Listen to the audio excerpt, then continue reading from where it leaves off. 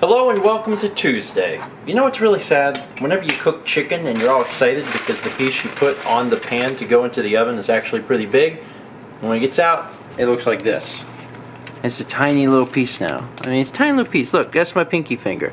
Look at that, it's as big as my pinky finger. I mean, I have a pretty long pinky finger, but it's a tiny little thing.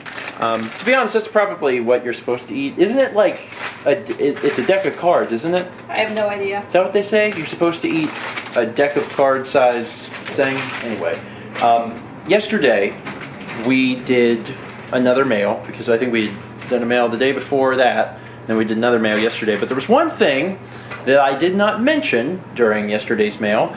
We had a startling discovery, and we felt a little bad about it. We did May's mail yesterday, and when we did, we had all the packages in there, and Mouse sorted them all out, and then we brought them out here to do just the ones that were postmarked in May. We were going through the video, in the process of filming the video. Mal picks up the next package, and when she does, she reads the name on it. And it's not to us. It's to a Danielle, who apparently lives in the area and has a completely different P.O. box number than we do. Now, that's not a huge deal. Sometimes you get other people's mail, right? That's not a bad problem. The problem is we are always at least a little bit behind on mail. And even when we're caught up, we open mail a little bit later in the following month. So the problem is we've actually had this mail for a while. It was sent in early May. And now we just got around to it, and it's, we're getting on to the end of June. So I feel really bad because Celeste, who really wanted Danielle to get this package, Danielle hasn't got the package. What makes it funnier is that it actually has tracking on it. There's a tracking number, which means that Danielle was probably tracking the package and said, that's weird, it was delivered to the post office, and then probably went to the post office to complain, and the post office probably has no idea where the package is.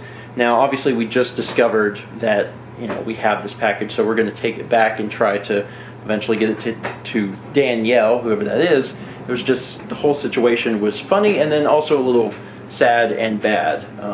To be fair, our post office actually does things pretty awesome. I mean, this is a screw up, but usually they do really, really well. I know that over the years people have complained for all sorts of various reasons about the United States Postal Service, and a lot of those complaints are well warranted. But our post office is actually pretty sweet, except for the fact that on Saturdays they're only open until 11 or something? 1? 12? 9 to 10. Oh my God, it was worse than I suspected. From 9 to 10. Yeah, that's it.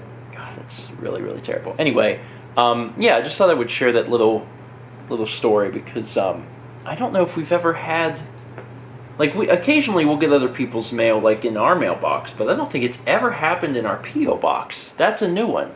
We actually got a package that just was not ours. It almost makes me wonder if anyone else has ever gotten our mail, which would have been from you guys.